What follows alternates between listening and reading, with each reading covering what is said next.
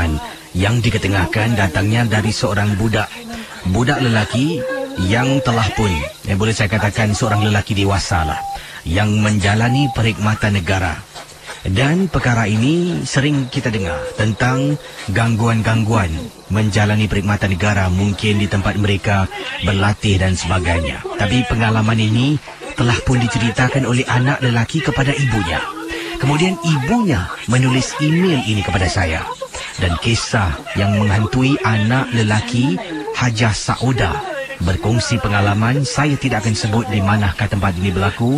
Mungkin ketika menjalani perkhidmatan negara sebagai seorang anggota SCDF ataupun seorang sebagai anggota polis ataupun mungkin SEF dan sebagainya, saya tidak akan beritahu anda. Tapi kisahnya memang cukup-cukup menyeramkan pada saya. Kalau saya bayangkan diri saya di situasi anak Puan Hajah Saudah.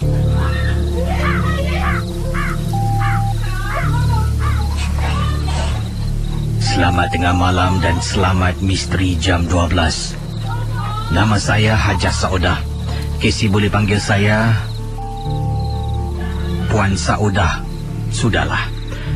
Tolong ketengahkan pengalaman saya ini, kisah yang diceritakan oleh anak saya. Menjalani perkhidmatan negara, dan ini berlaku pada minggu yang pertama dia menjalani perkhidmatan negara. Memang Casey. Anak saya menelpon saya di waktu malam. Dia berada di salah sebuah pulau di Singapura untuk menjalani latihan. Dan bayangkan para pendengar di 897. Sebenarnya telefon bimbit tidak dibenarkan, tapi dia secara sembunyi-sembunyi telah pun membawa telefon bimbit. Dia sebenarnya sedang berbual dengan saya. Saya dengan anak saya kata, Puan Saudah memang rapat Casey. Suami saya dah meninggal dan dialah satu-satunya anak dalam keluarga yang boleh saya ibaratkan pengganti tempat suami, memikul juga tanggungjawab tertentu. Jadi bila malam-malam hari dia seringkali kadang-kala berbual dengan saya juga akan telefon, kata Hajah Saudah. Pada malam yang dimaksudkan, anak saya nak ke tandas, telefon dia bawa bersama. Kemudian bila dia masuk tandas di tempat dia berlatih inilah, waktu tu sekitar 1 lebih pagi. Paginya dia harus bangun sebab ada latihan yang perlu dijalani.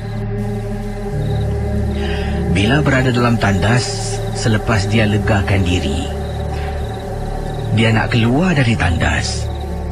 Buka saja pintu terperanjat. Apabila dia ternampak ada perempuan sedang berdiri, seorang wanita sedang berdiri di depan cermin, memandang ke arah cermin. Yang buat dia takut, apabila dia buka pintu ternampak perempuan, dia terkejut. Tak apa, bila dia pandang cermin, langsung tak nampak refleksi wajah wanita tersebut. Itulah yang buat anak kakak masuk balik dalam kubikel tandasnya dan tutup pintu. Kemudian dia telefon kakak beberapa kali. Waktu tu kakak dah nyenyak tidur, Casey. Kakak hanya terbangun selepas beberapa kali dia mencuba hubungi kakak, kata Hajah Saudah. Bila dia telefon, Ma. Iman Salman? Ma, Iman dalam tandas, Ma. Dalam tandas ni Iman rasa ada perempuan hantu agaknya. Iman, apa Iman cakap ni? Jangan fikir yang bukan-bukan lah Iman keluar dari tandas. Tak boleh, Ma. Takutlah, Ma. Casey, sedang saya berbual dengan anak saya, kata Hajah Saudah. Bayangkan, Casey, saya dapat dengar suara di belakang, dekat dalam tandas tersebut, suara memanggil-manggil anak saya beberapa kali.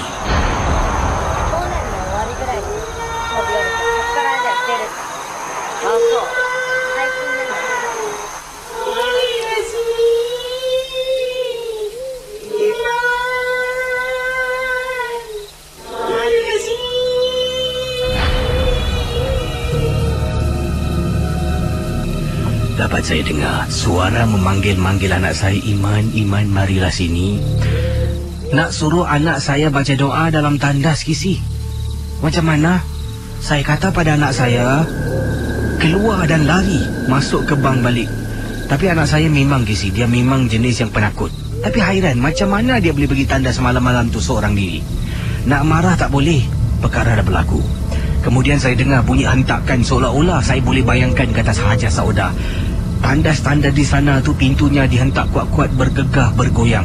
Saya tak ada pilihan, saya kata Iman lebih baik lari keluar dari tandas. Kalau tidak, Iman akan mati dalam tandas. Barulah anak saya buka pintu tandas. Dengar Casey, walaupun dia lari, saya rasa telefon ni, gagang telefon ni di tepi telinganya, tercungap-cungap dia lari daripada gangguan dalam tandas tersebut. Anak saya naik atas katil, ketakutan. Kemudian saya kata, Iman baca doa, dia ikut saya.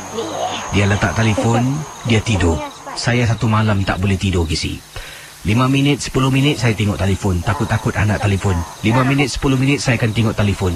Malam tu tak sedap hati, saya bangunlah. Kebetulan dah bangun dikejutkan. Saya sembahyang malam, sembahyang solatkan kesejahteraan, kebaikan, keselamatan anak saya.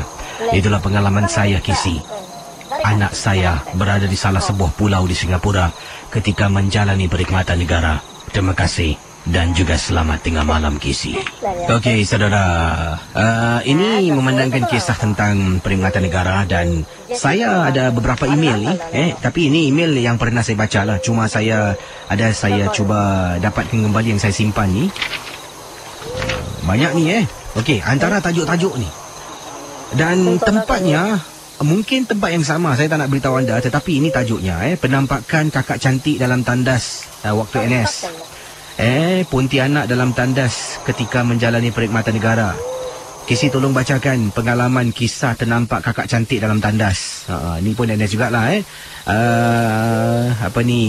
ternampak Pontianak dalam tandas waktu malam dengan 2 sahabat ketika menjalani perkhidmatan negara. NS di ... tak nak sebutkan, dan ternampak kelibat cik pun dalam tandas. Yang ini juga tak ada tajuk, tapi kisahnya juga tentang makhluk Pontianak yang dikatakan kelihatan dalam tandas. Dan banyak kiriman email yang saya pernah baca, pernah terima berkaitan dengan mungkin tempat yang sama, saya tak nak beritahu anda. Dan ada juga kiriman-kiriman SMS mengatakan tempat itu adalah antara tempat yang keras di Singapura. Banyak penampakan dan gangguan yang berlaku. Benar atau tidak, saya tak pasti.